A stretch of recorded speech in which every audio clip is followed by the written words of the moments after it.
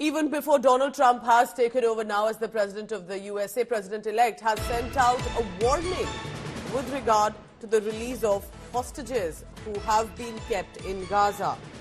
We are told that Donald Trump has said, you'll have to pay hell if hostages are not released. So basically, Donald Trump saying that by the time I take the oath as the president, free the hostages or face the wrath.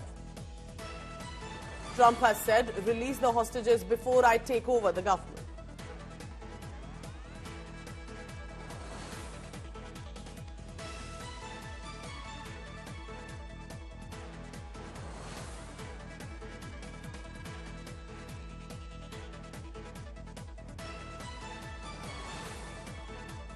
All right, joining me now, India Today's managing editor this morning, Gaurav Sawant. Gaurav, one by one, he's while putting out a lot of very clear vision plan.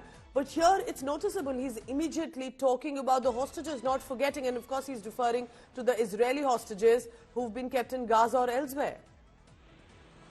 Pooja, this is a very, very clear message that comes from Donald Trump, the US president-elect. And look at that stern message on Truth Social platform where he says, if hostages are not freed before the inauguration on the 20th of January 2025, there would be hell to pay in the Middle East. Because what's he saying? That everyone's talking about the hostages who are still being held so violently, inhumanly, and against the will of the entire world in the Middle East. But it's all talk and no action.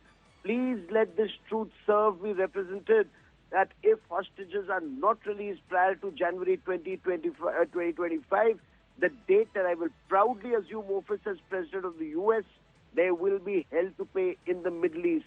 And these are words that the Middle East is unlikely to take lightly.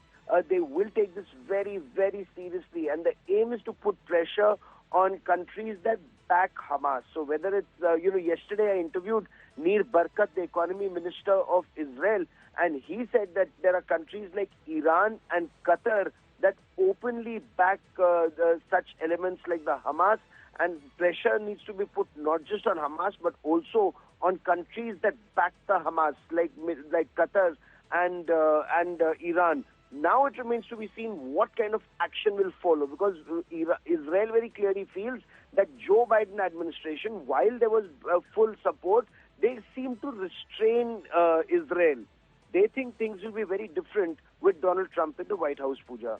All right, Gaurav, thank you for this update. So that's, remember, a very clear, stringent message that has come in from Donald Trump. Free the remaining hostages. And we're talking about women and little children, toddlers right now, who were kidnapped into Gaza on 7th October 2023 and have been there ever since without any knowledge of their whereabouts.